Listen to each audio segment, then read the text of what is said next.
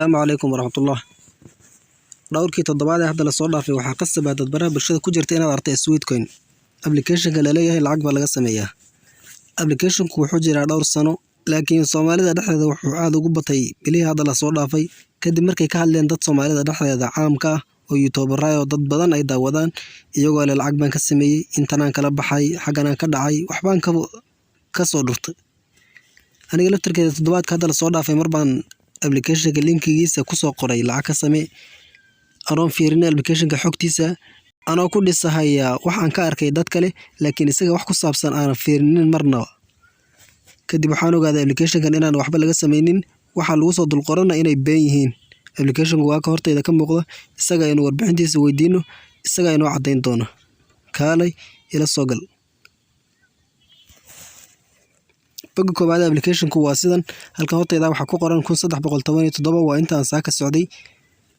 Dabcan halkaas kore ee geeska kore ah waxaa kaaga soo baxaysa iyadana 22 coin iyo 17 waa coinanka aan haysto waa dhowrkii maalmood ee application-ku ku jiray mobilkayga. Sidoo kale halkaan hoose iyadana waxaa kaaga soo baxaysa haddii aad application-ka u dirto qof saaxiibkaaga ka mid ah waxaad helaysaa qofkiiba waxaad ku helaysaa linkaaga hadduu iska diiwaangeliyo 5 coin. saas baana lagu xisaabinayaa.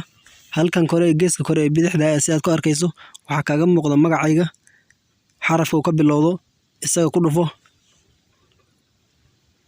waxaa ku soo baxaya halkan username-kaaga ku dhufo geeska midigta meesha ay ku qoran tahay setting-gi. halkan hoose waxaa kaaga soo baxaysa help meel ay ku qoran tahay caawimaad weydiisa application-ka iyada ku dhufo. halkan waxaa kaaga soo baxaysa cash out ku dhufo iyada.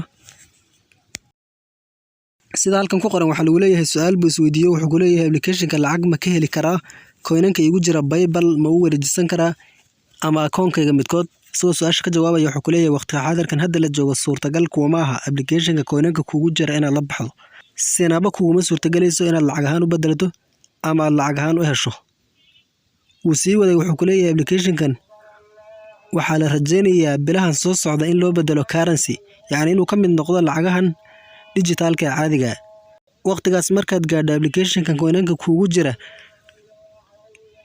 waad dirsan kartaa, waadna bedelan kartaa, waad isticmaali kartaa inta ka sokaysa, laakiin marnaba suurtagal kuma noqonayso inaad la baxdo. sidoo kale wuxuu ku leeyahay coinanka application-kan kugu jira waxaad ku gadan kartaa alaab. application-ka dhexdiisa wuxuu leeyahay meel suuqa oo wax laga iibsado, suuqaas ayaadna alaab kaga gadan kartaa, yacni iyagaad alaab kaga iibsan kartaa, alaabtana way kuu soo dirayaan. barnaamijkaas asaga wuu kuu hirgelayaa inaad wax ku iibsato. halkan hoose si aad ku aragto alaab waad ku gadan kartaa waana lagu soo dirayaa alaabtaas si sax ah ayayna macluumaadku kugu hirgeli karaan.